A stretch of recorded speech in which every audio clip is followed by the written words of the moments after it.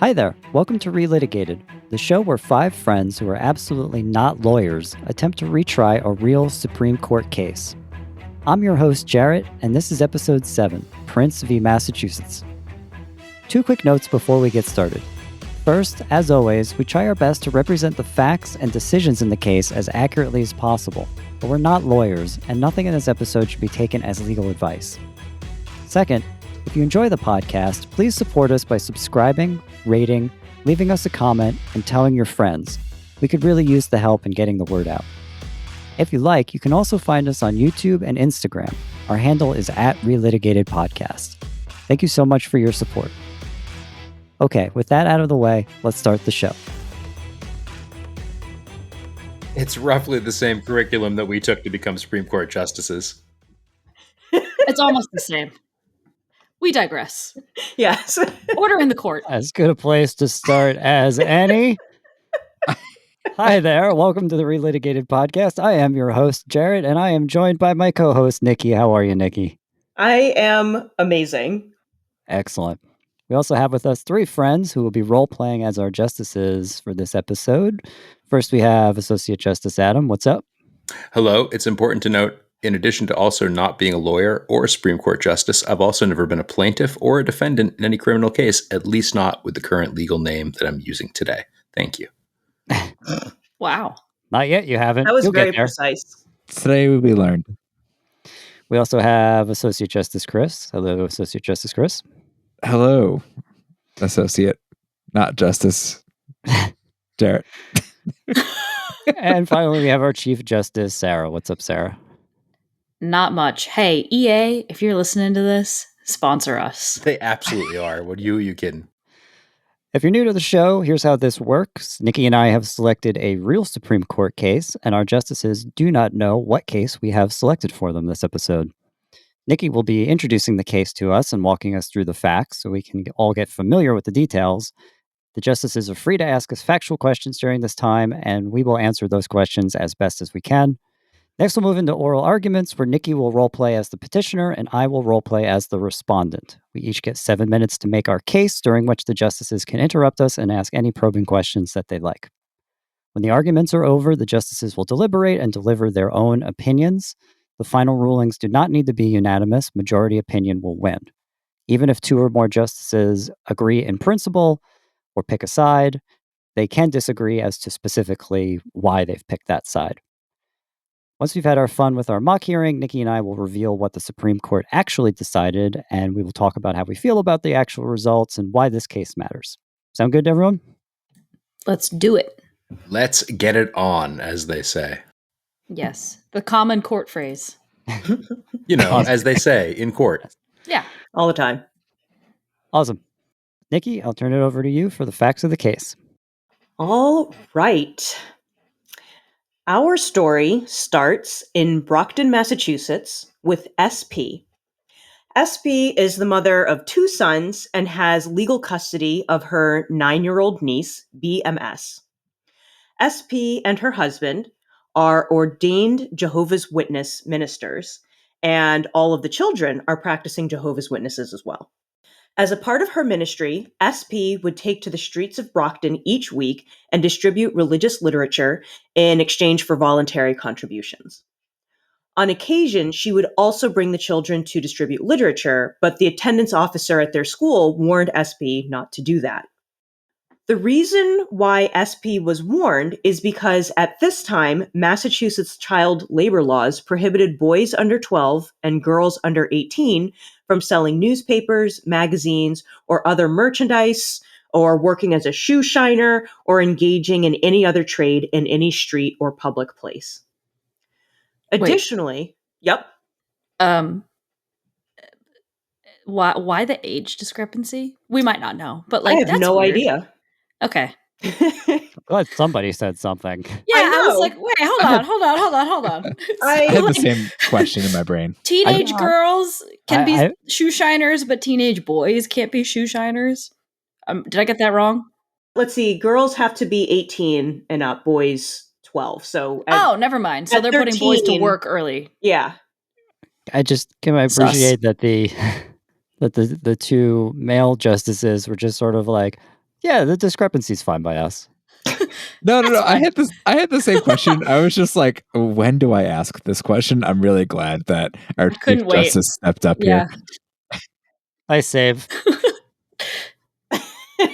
Unfortunately, I do not have an answer. Okay. All right. Continue. Some things are forever a mystery. You may Okay. proceed. I'll go down a YouTube rabbit hole later. Labor laws also prohibited giving a minor any article with the knowledge that the minor would then intend to sell that article. Finally, laws prohibited any parent or guardian of a minor to compel or permit them to work in violation of these laws. All right, everybody got that? Wait, what about like Girl Scouts? I don't know that counts as a commercial trade. Oh, Maybe. okay. I mean, maybe that'll be a case in the future. All right. I'm spiraling. Continue. It's a nonprofit organization, I believe. Well, maybe. Yeah, they're a 501c3. I'll look it up. Okay. So back to SP. On December 18, she was preparing to leave when the children asked to go with her. She refused at first, but then they began crying and she relented. Together, they traveled downtown and started distributing their literature to passersby on the street. Later in the evening, the school attendance officer approached SP and asked for the name of the niece, BMS, but SP refused to give it. She did, however, identify the school that BMS attended when asked. The attendance officer reiterated his warnings and said he would give her 5 minutes to clear off the street. SP admitted that she had given BMS the literature to distribute to people in exchange for voluntary contributions, and is quoted as saying, quote, "Neither you nor anybody else can stop me. This child is exercising her God-given right and her constitutional right to preach the gospel, and no creature has a right to interfere with God's commands." Nonetheless, SP departed with BMS shortly thereafter. Ultimately, SP was charged with 3 separate offenses. The first one was for refusing to identify BMS to the public officer who was attempting to enforce the state's child labor laws. Second, she was charged with furnishing articles to a minor with intent to sell those articles.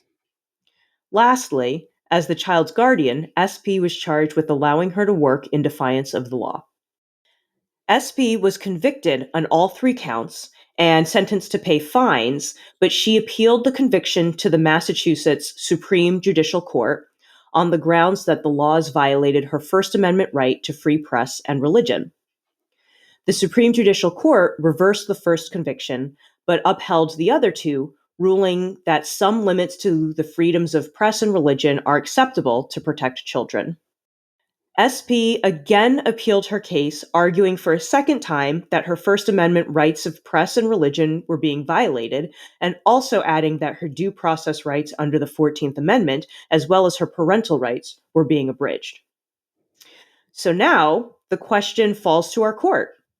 Do the Massachusetts child labor laws violate SP's 14th Amendment due process rights by preventing her free exercise of religion guaranteed by the First Amendment? All right. Any questions? Well, this is the point in the show where I want to like give my knee-jerk absolutely not response here before I hear any arguments and just go with that. This is bait. I can feel it. I can feel it in my bones. Yeah, but 100% bait. 100%. Yeah. No questions by me. Yeah. Other than what I've already asked. So if anybody knows about the Girl Scouts and the My laws question, there. first of all, how dare you? Second of all, who are you? Who are you people? Okay. I feel like I'm being inclined to a very aggressive knee-jerk response to this. And I'm really, really curious to see how Jarrett argues his side of this, as usual. Oh no. Are we gonna have to backtrack on our free speech absolutist points of views? No, it's a different This amendment. We're one- talking about freedom of religion. Oh wait, no. That's the same amendment. That We is the should same know amendment. this. Never mind. No, it's the same one. Guys, That's the same one. we are not educated in the law. Or the Constitution, apparently. We work in corporate America. This is not the same. Any factual questions? Otherwise, we will just move into oral arguments. How old are these kids again? The niece, as far as the niece is 9. Niece is 9. Okay. The boys are older, but I don't think we know their exact ages. Okay. Because nobody gives a shit about them, I guess. Probably because they're older than 12. It's just they got a lot Oh, more yeah, that must autonomy be to it. decide their destiny, just generally speaking. Yeah, 9 is quite young and impressionable. You should probably be in school and not, Yeah. whatever it is you're doing. Maybe. In Brockton, Okay. Massachusetts. You ready to hear some arguments? I'm so Oh, ready. yeah. All Very right. ready. All Argue right. away. So, All right. Nikki is the petitioner. She is representing SP in this case, and she will be going first. I'm going to go ahead and put 7 minutes on the clock for her. This is not the role I And- expected for each of you. I'm very excited. And God. I'll start the timer as soon as you start. Okay. Let me find my place. Okay. All right. I'm ready to go. How about it? So, the state law in question concerns labor. However, what is at issue here is not labor.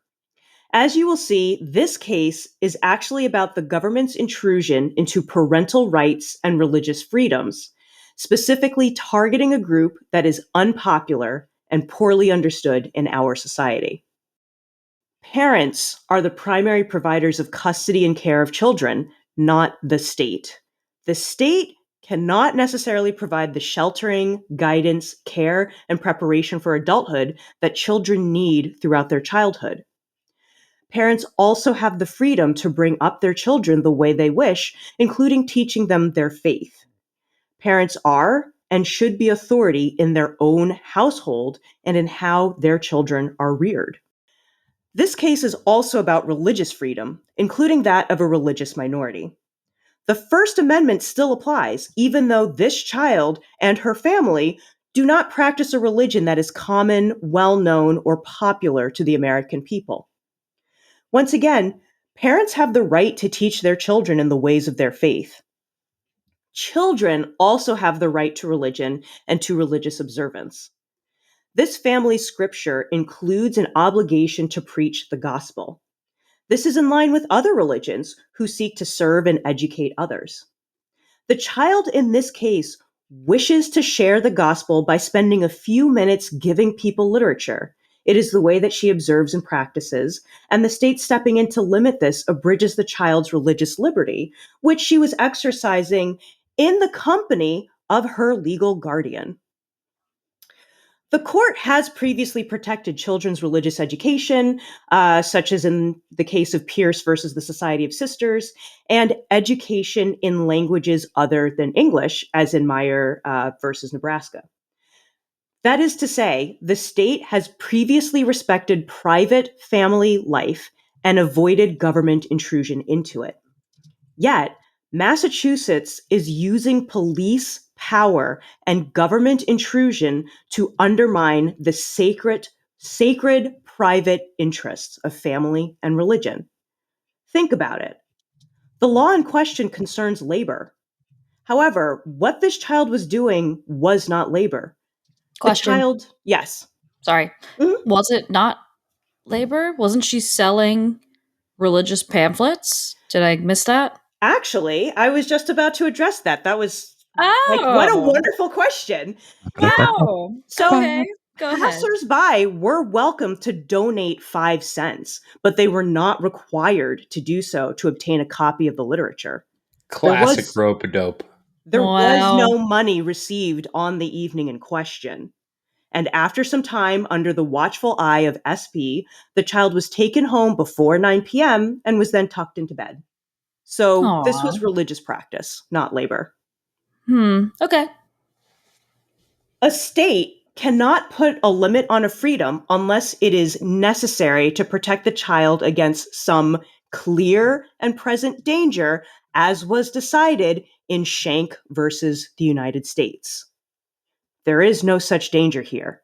BMS was on the street with her guardian. This was not during school hours, and she was not being harmed. And with that, I will take any other questions that the court has for me. So there was nowhere else that this child needed to be, like definitely not during school hours? Like this was like free game? The child was at home, and SP was leaving to distribute literature. The child begged to go with her, even though SP originally said no, but then she relented. Curious. Okay. No further questions from me at this time. I just want to point out that no money was received. That's a big one for me. So far. It feels like we're skirting by on a severe technicality here. They weren't selling anything. I mean, the donations were voluntary. Wait. It sounds like the market valued their product at an extremely low price. This is like less worse than like a lemonade stand. You know what I mean? Is it? I mean, if the kid is with their guardian and their guardian is preaching on the street, well, okay, we can argue. We can argue later. I want to hear what the heck Jared has to say. I'm all about I'm all about free speech, but like there's a difference between somebody voicing free speech autonomously and somebody being used as a implement of free speech by their guardian. But anyway, that's not a question. That's just me editorializing. I don't think that's allowed. Anyway, Jarrett, sorry. Well, you got the powdered wig, so you can do what you want. That's true. No one is yet to pry it from my scalp. Are you all done with the petitioner side? There's still time left, so I don't necessarily want to take it unless everyone agrees that it's done. Yeah, I don't try to take up all the time by bloviating and so. Okay, I'm just trying to provide you with the full time allotted to you. You don't have to take it, but I'm doing the right thing here. I don't need it to get the point across, sir. Is all I'm saying. These are the arguments that we want to hear. Okay. I have a question. Honestly. I have a question. Did the daughter ever get interviewed in any capacity? Do we have her thoughts on any of this? There was some testimony, but it was previously excluded. Like the court specifically said that we're going to set that aside and not consider it. Okay, this is a period of time in American history when children are just property of their parents. Okay, roger that. But she's 9. The boys, they're older, right? They're teenagers? Presumably? I think something like that. There really wasn't very much information about the boys at all. Were they part of this traveling proselytization roadshow? Or were they like, no, we're going to the pub and we're going to learn how to make horseshoes? The children were brought along and they were allowed. Children, plural. Okay. But I'm guessing that they were over the legal age, so they're just not sort of involved in this case the way that the girl was. Yeah, they were old enough that everyone's like, "Yep, you chose to be here. Okay, you're not missing elementary school or whatever." Okay. Now we're at time. Perfect. I'm really glad we filled this air with whatever it is we just did. Good job. We got all those clarifying questions out of the way. Yeah. Yes. Okay. Nikki, put 7 minutes on the clock for me. Let me know when you're ready. All right, I am ready. Okay, here we go. Miss Chief Justice, and may it please the court, first real quick to address a misrepresentation from the petitioner that the child had nowhere else to be. The school attendance officer had warned the family previously because they had known the child to be proselytizing during the day on previous occasions. So the case that is in front of us today is actually the end result of a series of infractions. Okay. The Massachusetts laws prohibiting child labor have nothing to do with the free exercise of religion or freedom of the press. It is well established that minors are legally distinct from adults, and much of that distinction is due to the vulnerability of minors in our society. In order to protect minors from abuse at the hands of adults who they implicitly trust or cannot flee, it is important to draw the line between the two groups and enact common sense safeguards. The child labor laws in Massachusetts are exactly that. Laws that protect children from exploitation at the hands of the adults around them.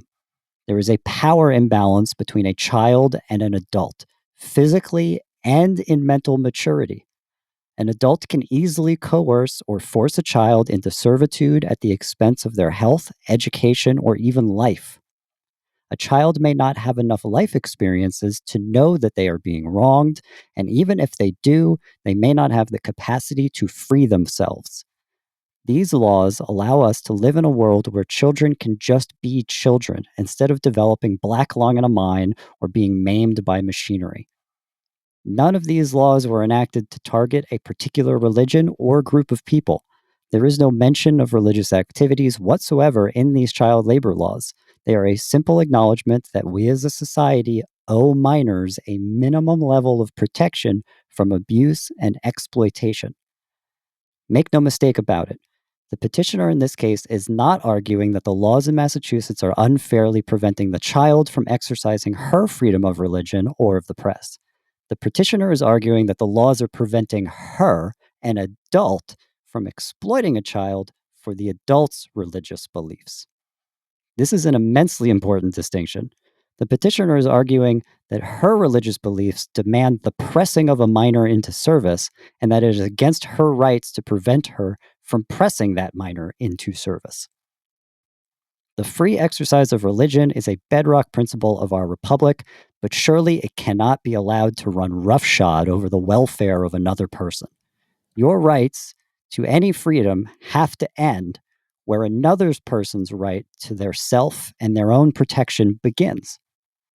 If there can be no restraint placed upon the rights enumerated in the various amendments, then all criminals will share a religion where the laws of the state do not apply to them.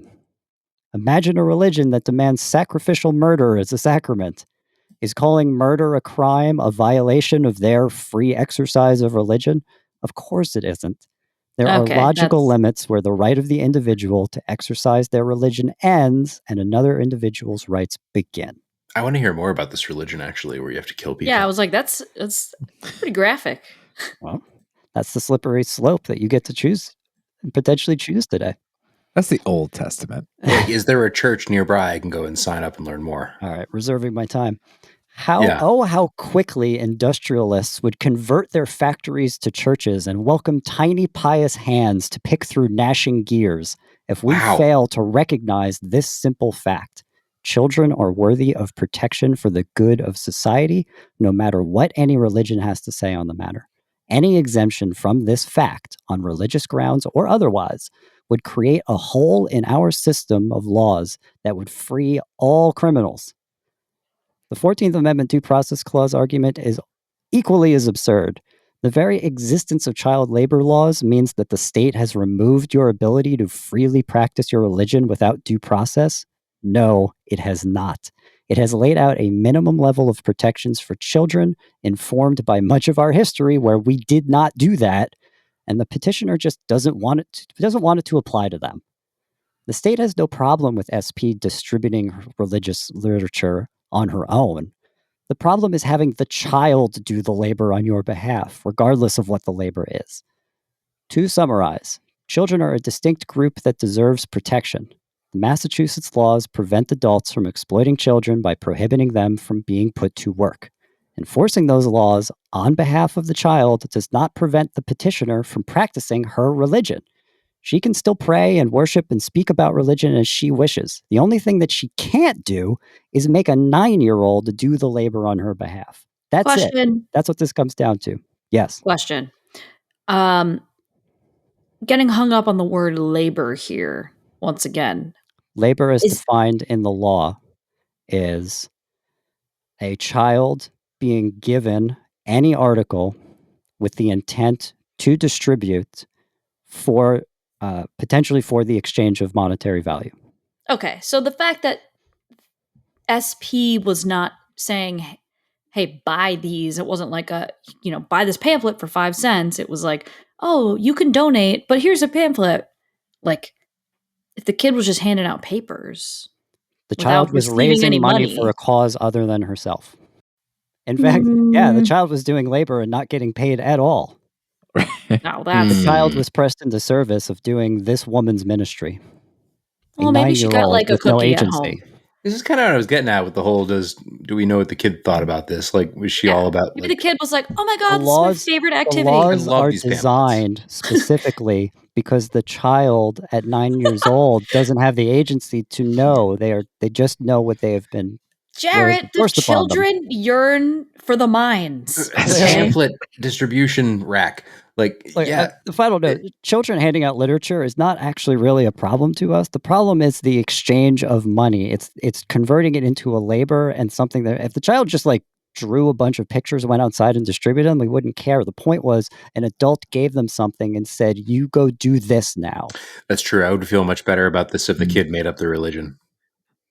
It doesn't have the agency or the life experience to know that they're being exploited. And the real problem here is they're trying to poke a hole through which everybody else will move through. Any final questions? No questions. All right.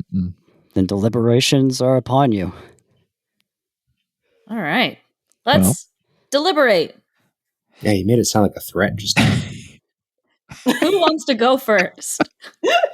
The deliberations be upon you. The odds be ever in your favor. Okay, yeah, listen. I feel like how psyched the kid is about the whole participatory aspect is important. If this child's like, man, I'd really rather be watching Scooby-Doo or some other era-appropriate form of child's entertainment, like, yeah, I kind of rule that the kid shouldn't be forced to sit around and hand out pamphlets, especially if there's monetary value exchange.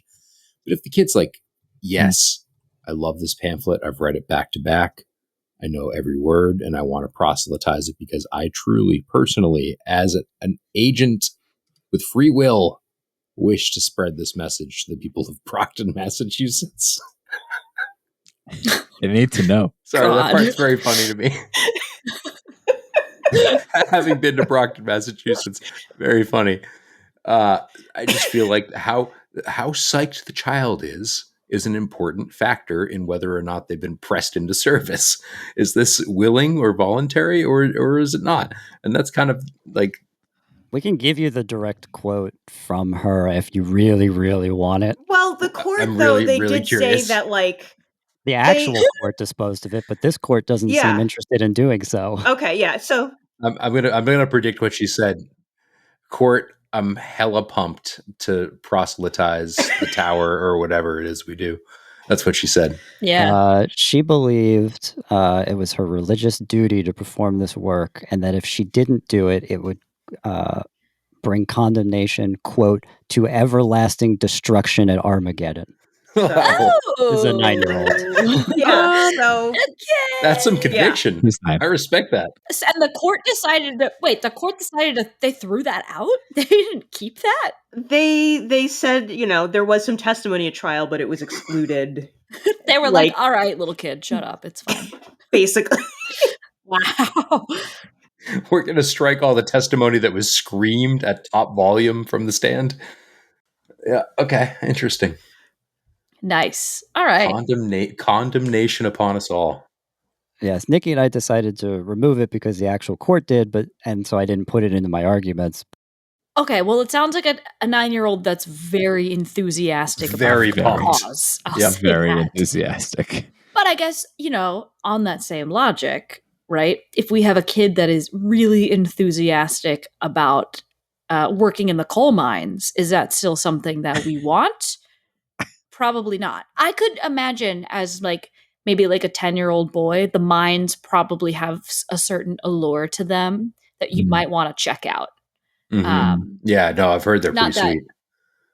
Yeah, not that religious pamphlets are like the mines, but I don't know. She did bring up Armageddon, so the stakes here must be pretty high for her. That is true.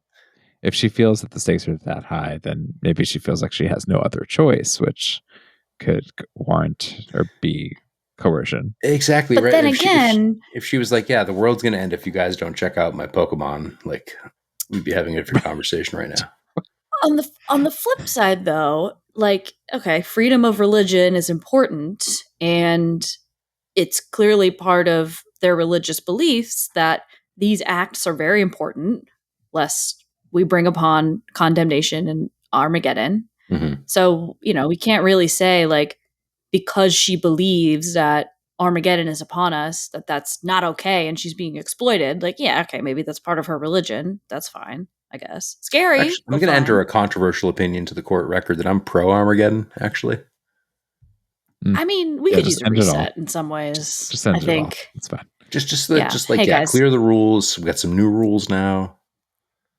Okay, so if everybody stops selling pamphlets, we'll get there faster. But there's a lot of competing pamphlets. It's hard to know what's true. I don't think they were selling. They were just distributing. Yeah. Right. And so they weren't really selling. I mean, they were raising money, like a fundraiser. But like, I don't know. When I was a kid, I did fundraisers too. Yeah. I was a Girl Scout. I'm like, right. I was selling cookies. Right. There's 2 points that are making me loathe to agree with old SP here, which is that, one, this kid seems pretty bought into this cause. I mean, it's not our place to judge how or why she's bought into this cause. The fact remains she is, seemingly. It's a whole volunteer effort. And the fact that they took no money in, that's really sticking in my craw. The fact that they were putting this message out there to the fine, upstanding citizens of Brockton, Massachusetts, and nobody was paying for this message, presumably because they thought it was shit. You just said sticking in my craw. It would, I mean... Not on a live recording. Out of nowhere. That was good. I agree. I kind of agree, though. I fear. I don't know. This kid's like, everyone needs to read this stupid pamphlet. And the people at Brockton, Massachusetts were like, no, shut up. And she kept doing it anyway. I don't know. If I was a 9-year-old, it'd be easy for me to be dissuaded from that. I think I'm also still hung up, though, on the fact that, like, even though they weren't explicitly selling these things, SP was still explicitly asking for donations. So, like... But they didn't get any. That's really funny.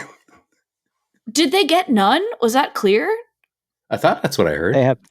They have received money, in the past. But on the evening that she got charged, they had, like, in previous times they had gotten, contributions. But, like, a fact of this case, like, in her being charged, like, did they bring up the fact that they have received contributions? Or, like, are we only looking at the night that she was charged where they didn't make a dime? I think they do consider the previous times as well. I feel like, so they were distributing on public streets, not like they were at, a place of worship too. And that's kind of playing into this for me as well. It's like they were not in a religious institution doing this, or like, like if they were doing this in the back of a church or something, that would be one thing. But they're out there on public streets. So that's also just in my brain right now. It's like, this is something that, kind of plays into it. But yeah, maybe it appears a little bit more like child labor-y if you're just like on the side of a highway with a kid and they're handing out pamphlets with a little... You can't get these out in Target. I'm sorry. You cannot be doing this in a Target. Sir, this isn't Wendy's. Okay. All right. Where is everybody leaning? Like, I feel the temperature in this court is very lukewarm. Timid. Yeah, I'm not sensing any sureness one way or another. I'm horrified to find myself finding nothing wrong with what this lady was doing with her kid. As much as I want to find fault with it, as a person who is skeptical of organized religion in general, I really, really want to find fault in this, but I can't. Like, this is extracurricular. She's not pulling her out of school. Well, apparently she did at some point pull her out of school. That part's nebulous to me. But again, it's like in like the time frame that she was charged, though, it was free game. It was extracurricular, like you said. And the kid said it herself. If I don't do this, the world will end. She's like, we're all going to die. Compelling. We have to do this. We have to do this, or Armageddon and ruination will fall upon all of our earthly courts, or something like that. I'm sure. So I'm thinking, like, is the only thing, like, is the biggest hang up here the fact that they were asking for donations? Like, if they were just handing these out willy-nilly and not asking for a dime, I feel like this wouldn't have been a case, you know? Yeah. I mean, it does make it harder to find fault if there's no money being exchanged. Yeah. And Yeah. I mean, what? How much money could they have gotten? Like a quarter? Apparently not much. Yeah, like what are we doing? Who knows when this was, but that's true. That's That true. quarter's That's gonna true. buy a whole Quarter. week's worth of rent. Right? I wish. That would have been great. Take me back. So where I am leaning is that, they should be free to do this. Like, I don't think, I kind of agree. I don't think that they're kind of in the wrong here. I think, they're handing out, but they're not selling pamphlets, right? This is not a job. They're not employed. They are volunteering. And so that's kind of where I'm leaning. The kid sounds like kind of a jerk, but not a criminal. Well, kids do volunteer activities all the time. As a kid, I was volunteering left and right for random bullshit. And I volunteered for religious things too. Yeah.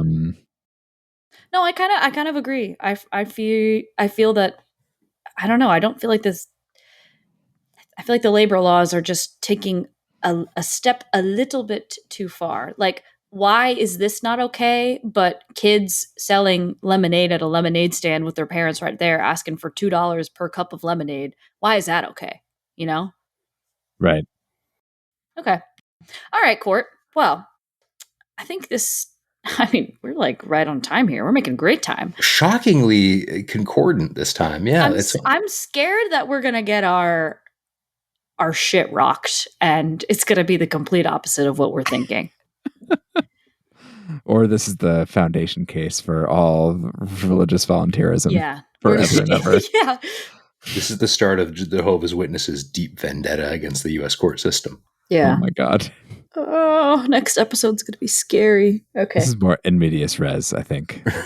So on the question of, do the Massachusetts child labor laws violate SP's 14th Amendment due process rights by preventing her free exercise of religion guaranteed by the First Amendment?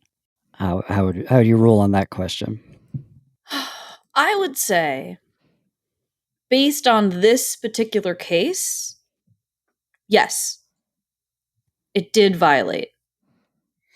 I'm still not 100% clear why child labor laws even got involved in the first place. I would say it's not even that. It's just that the child labor laws aren't even applicable here. This is just not even a labor situation. It's just like a volunteerism, like hanging out with mom, doing family stuff situation. It's not even... Feels like a stretch. Especially when the kid's like, if I don't do this, the world's going to end. That seems imperative. This kid is passionate about this. So that's actually okay. So the question is that if the laws that are there violate the First Amendment, but what if the law doesn't apply? That's what we're saying. What if no laws apply?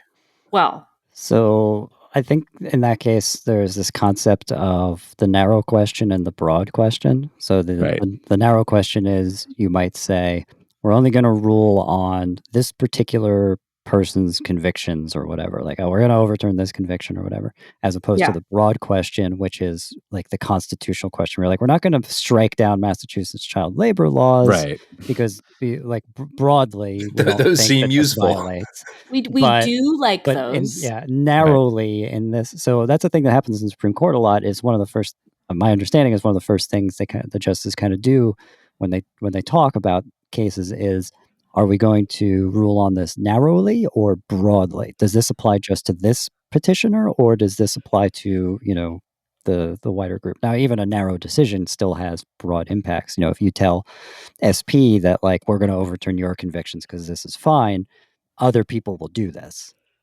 And so you are still, it's not, it's not perfectly narrow, but it's certainly much more narrow than telling Massachusetts the law as written is a violation of the First Amendment and is not enforceable.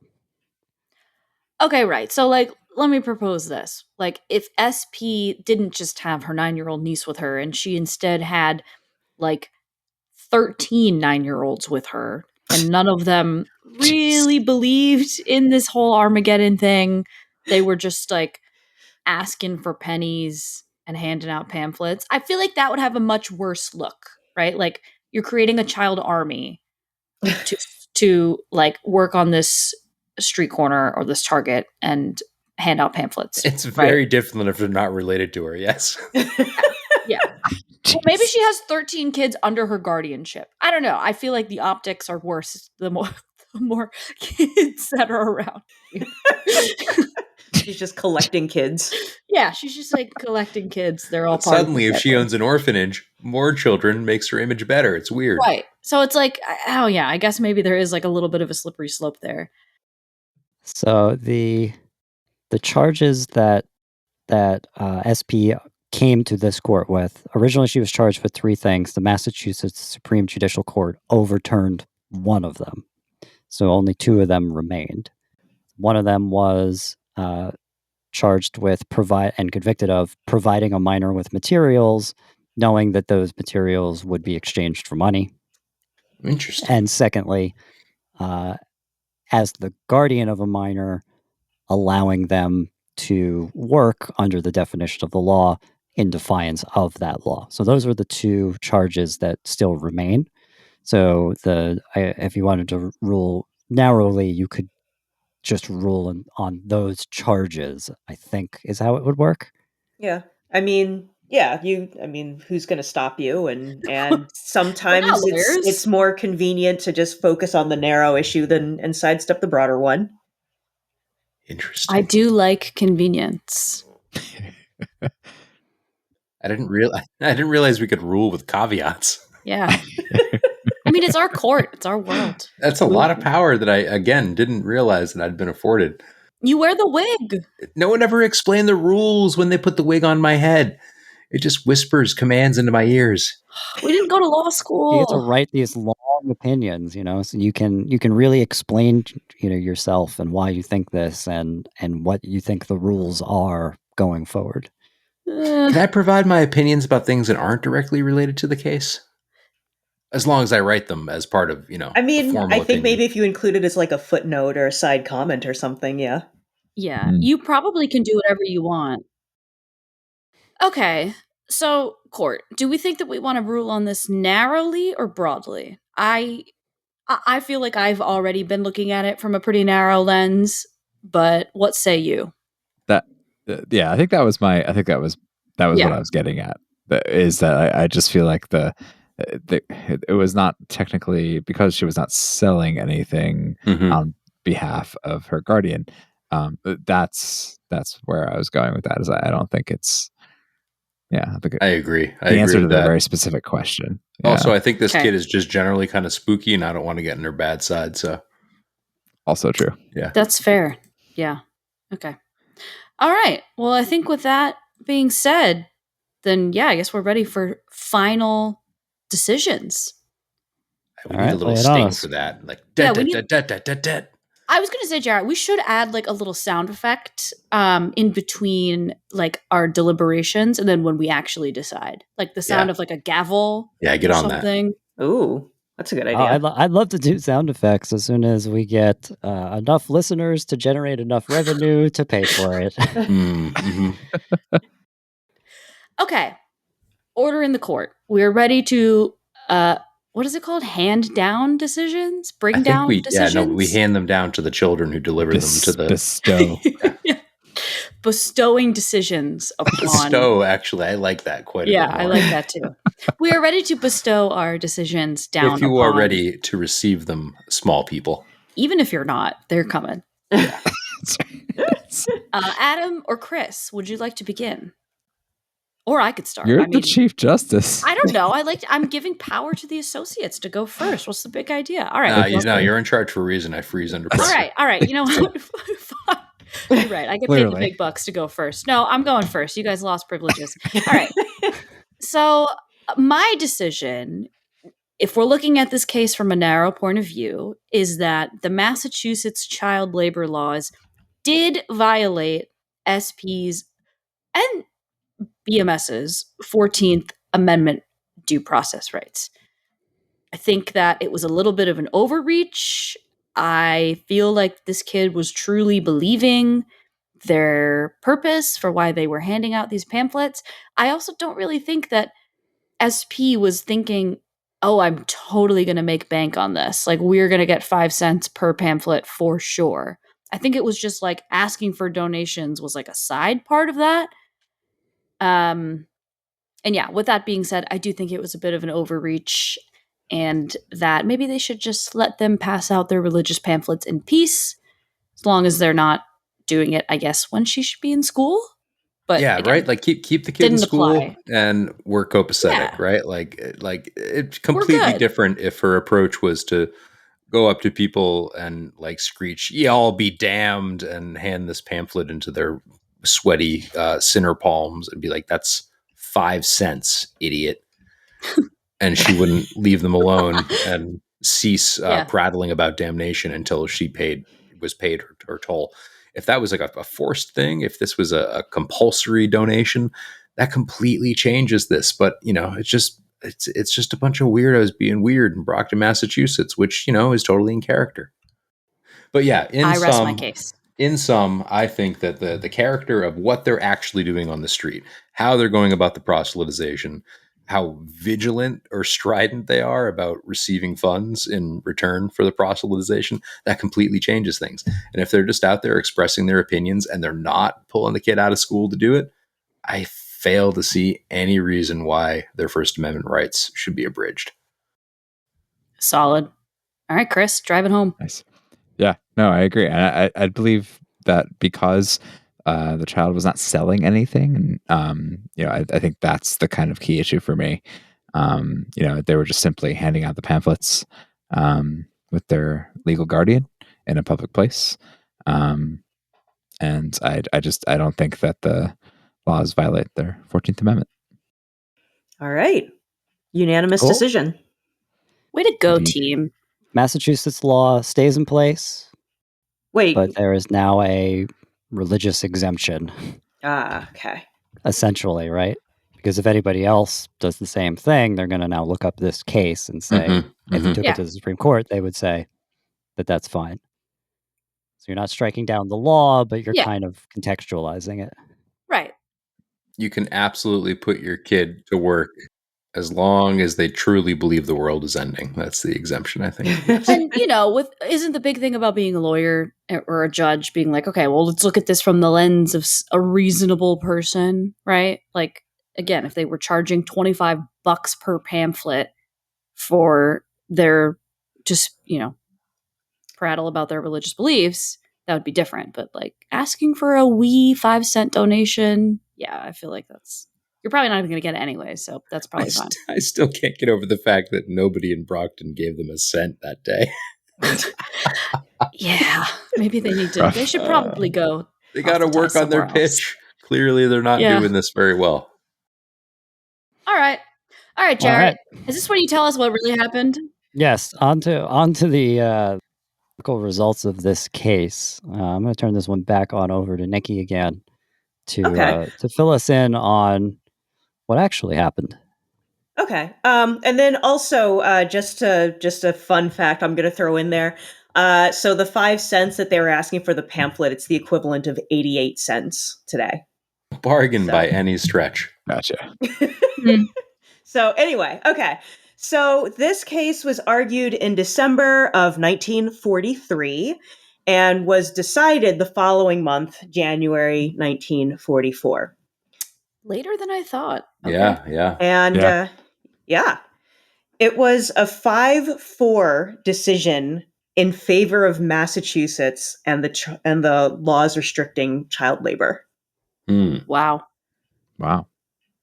So divided court. Not here though. I'm sure, but midway through World War II, nobody wanted to hear whatever they were selling. Honestly, yeah. That could very well have been. So the reasoning of Justice Rutledge, who wrote the majority opinion, so he started out by saying all this stuff about, religion, family, privacy, these are sacred matters. This is like really important stuff. But family is not beyond regulation for the public interest, even with regard to religious liberty. So they're saying the rights of religion and parenthood are not limitless. So That's their probably reasoning, sound in some context. So their reasoning was basically it's about the kids, protecting the welfare of children. So society does have broader authority over children's activities than those of adults. And they talk about how the state is taking the parents' patriae role. So in that role, the government is acting as sort of this legal guardian and protector to citizens who are unable to protect themselves versus the police power role, which is where the government is like regulating and enforcing and like making people obey. So in the parents' patriae role, the state can put limits on parental control, such as by requiring that kids go to school and regulating child labor, because there is a societal interest in safeguarding and protecting children from abuses and giving them opportunities to grow into healthy, quote, free and independent, unquote, citizens. So they were like, it's about the kids. We got to think of the kids. And in their logic, claiming religion is not enough to nullify state authority. So, and then they also said, as an example, a parent cannot claim freedom from compulsory vaccination for the child on religious grounds because the right to practice religion, quote, does not include liberty to expose the community or the child to communicable diseases or the latter to ill health or death, end quote. Oh, come on. I wasn't ready for the vaccine argument today. Wow. Yeah. We will come back to that later, I promise. I'm glad we've gotten here. So, also, there had been an argument. We didn't really get into this. I didn't get into it, but one of the arguments that had been made was that for Jehovah's Witnesses and their kids, the street is their church. So denying them access to the street for religious purposes basically excludes them from their place of worship, and they were denied equal protection. Okay, they better not be claiming tax exemption status anywhere else. So, yeah, they were in their church. Right. Wow. That's okay. weird. That makes me feel even better about our decision. Okay. That was, but the court's response was like, quote, yeah, okay. The argument hardly needs more than statement after what's been said to refute. They're basically like, get the fuck out of here. Shut up. They're like, public highways are not religious property just because somebody says are not your churches, people. Can you imagine, like Route 90? It's like, oh no, this is a religious place now. So I'd yeah, they're like, not. they're not, the roads aren't there for street preaching. So you can reasonably regulate people's behavior on public roads. I will say, quick aside, not unrelated, when I lived in Waco, Texas during college, there was a thing called Church Under the Bridge that happened every week. I never actually went, but it was quite literally a church service every Sunday with a little stage and lawn chairs underneath Interstate 35 under the bridge. But it wasn't like in the interstate, was it? Like where all the cars are? No, it was directly under, those patches of gravel underneath the interstate. So it's in a location where if you want to join, you can just roll right up. But if you don't want to, then you just go by. Yeah, you could just drive by. Yeah. You could just kind of slow down, put the window down, just hear them out for a minute and see close if it's enough, right? Yeah. To the interstate. Yeah. Anyways. So the court's like, yeah, you can't come at us and tell us that the road is your, is your church. And therefore by saying you complicated. Can't. Yeah. And so they're also saying like, yeah, when you put kids to work, especially in public spaces, that's potentially putting kids at risk. Some harms might affect only them rather than adults. And while it's nice if there's a parent or guardian, that can help reduce some risks, but it doesn't eliminate them. And they were like, yeah, then doing this religious stuff, that can sometimes create difficult and potentially harmful situations. It can be challenging even for adults and maybe just inappropriate for kids. And that can, it can cause harms or psychological or physical injury. So the state would have police power to address the harm. Wow. And Mother they also, what? Mother Massachusetts. Oh yeah, basically. Oh yeah.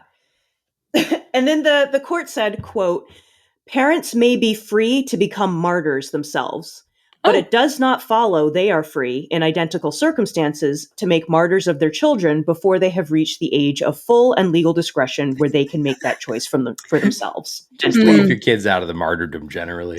Yeah. Please. Yeah. Wait till they're 18. Essentially Or the 12. opposite of Or what 12. you were getting at, Adam, where it was like, oh, the child is so fervently for this. The Supreme Court looked at that, at least this is my reading of it, and was like, the child is not old enough to make that decision. That's a little suspicious. I mean, I will say, having a young child believe that the world is going to end unless they like hand out pamphlets, I mean, I would argue that maybe that's not quite as voluntary. They might need Not therapy great. as an adult. Nah, the kid's just not ahead of the great. curve. He's just in tune with the spirit of the world. He knows what's going Yeah, on. I mean, what if they know something we don't, you know? Yep. Yeah. Maybe we should read those pamphlets. We should get our hands on those. It was the Watchtower and something else. I don't remember what the other one is. It's stuff that I think is probably still around. Oh, nice. Okay. Classic. So yeah, they were like, yeah, mass, they decided to prohibit child labor in public places for the protection of the kids, and that's a legitimate objective. So the government can kind of come out and protect kids in that way. And and then they actually did make a statement. They're like, we are only addressing the facts in this case. We're not laying a foundation for state intervention in child's participation in religion. There's like all sorts of ways that like children can be religious that can be constitutionally protected. It's just that this specific case. So that was the majority opinion that of the 5-4. Yeah, and there were a couple of just real dissents quick as well. Yeah, some things that they stipulate is like you all were arguing, like, was the child selling something? Majority opinion says that the Massachusetts court interpreted their law as the child was selling something. We defer. We're not going to argue that point. They already decided that the child was selling something, so now we're going to look at it and say, okay, in that context, what now? Well, they violated the law, and this law doesn't stop the child from practicing religion. It just stops them from being, pressed into service. So, fine. Not everybody on the court saw it that way. Hey, what the heck were the dissent? Yeah, actually, yeah. What were the dissents? Let's see. So Justice Murphy basically was like, a child has the right to be, religious, to practice religion on public streets. She was engaged in religious activity rather than commercial activity. So that was like his kind of sticking point as well. I was thinking. Okay. And he was like, yeah, like the religion, like the tenets of the religion include distributing these tracts. There's no expectation of profit. And he was like, she distributed the stuff at her own desire and with SP's consent, motivated by love of and command by the Lord, basically. So he was like, let the child be religious. And what the state is doing is basically indirectly restraining minors' exercise of religion by basically punishing their parents for letting them do it. That was his stance. And he was saying the state needed evidence of, quote, a grave and immediate danger to the state or to the health, morals, or welfare of the child. And he didn't think the state met that burden. And he also said that if a kid is involved in serious religion, then they're probably immune from negative influences on the street. Oh, wow. It had me up until that point. Oh, that's such an of the time notion. That is a hot take. This child is shielded by Jesus. Yeah, it's like if they're in the church, then there's no way they're doing anything shady. This child won't accept a marijuana cigarette from a vagrant on the street. Children of the church have never done anything bad, ever. That too. Yeah, they're immune from sin because they got in so early. Yeah. They don't associate with sinners. Don't worry. Yep. And he also had this, he did also mention that like the fact that they're Jehovah's Witnesses. So he was like, yeah, this group is very zealous and they're really unpopular. And this is a group that had been targeted and harassed in part through, quote, little use ordinances and statutes.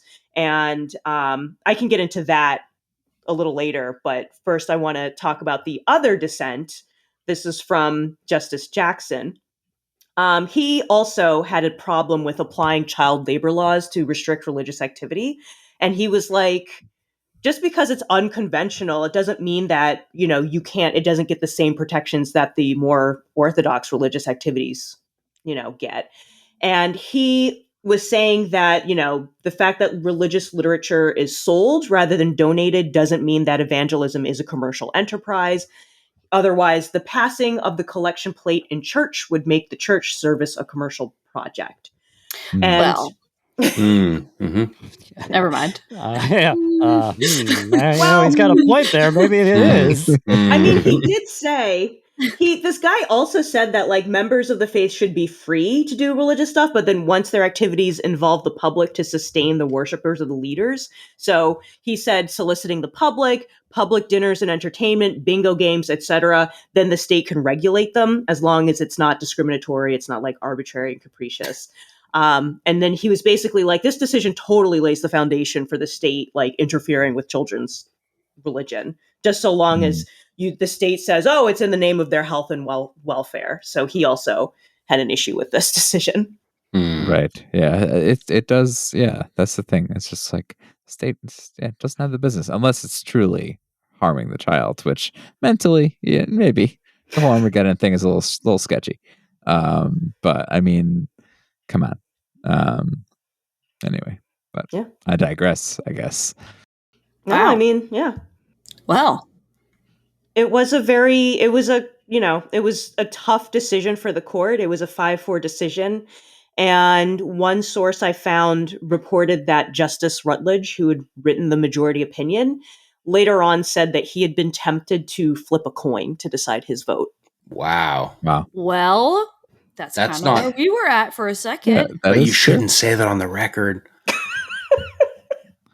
This is fake fun court. It's very unjurisprudent. Oh, frick. I forgot to put my powdered wig on before this. You should. I think that they say that pretty early in judge school. Thou shalt not rely on dice and coins to make decisions.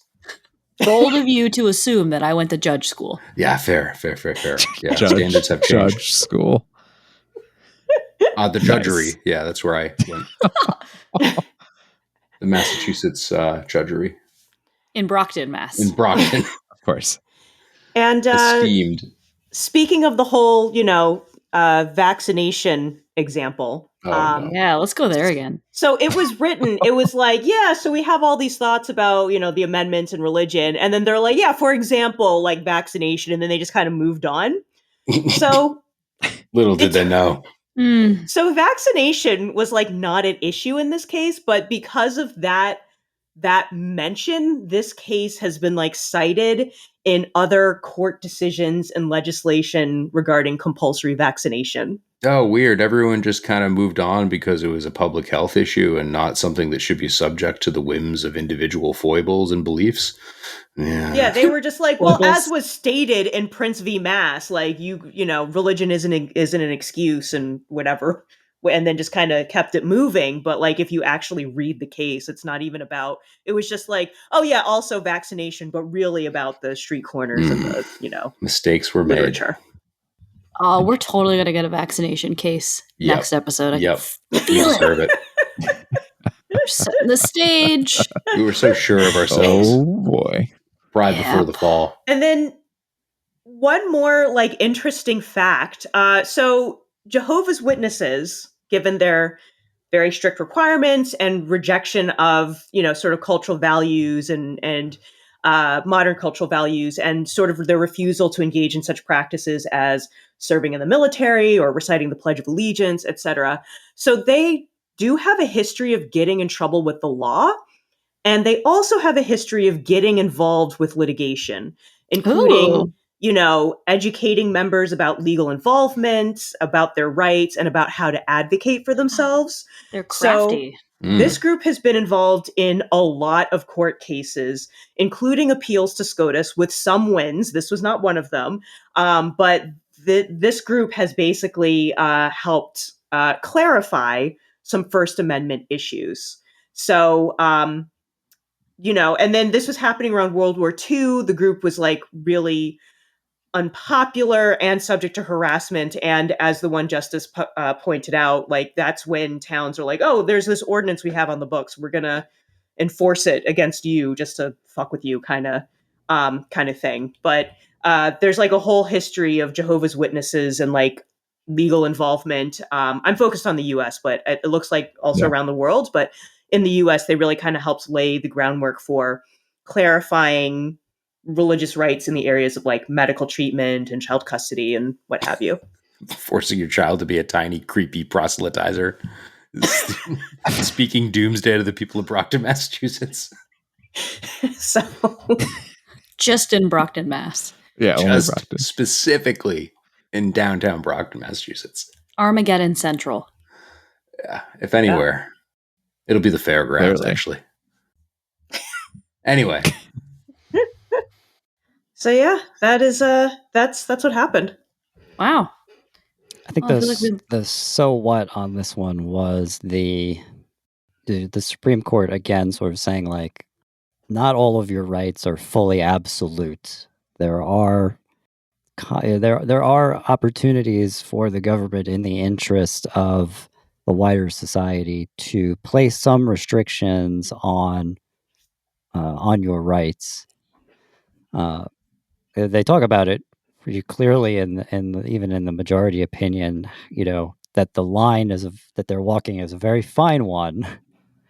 But that in this particular case, they looked at it and said, no, the right to free exercise of religion, the freedom of the press, and the 14th Amendment, not violated in this instance because, yes, the government does have a duty to protect children.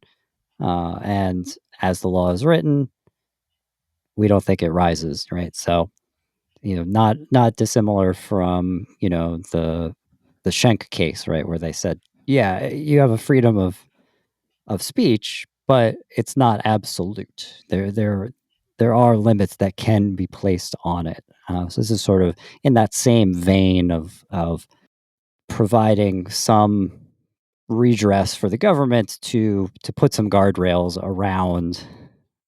Maybe guardrails isn't the right word. Put some limits on, how far these rights really do extend.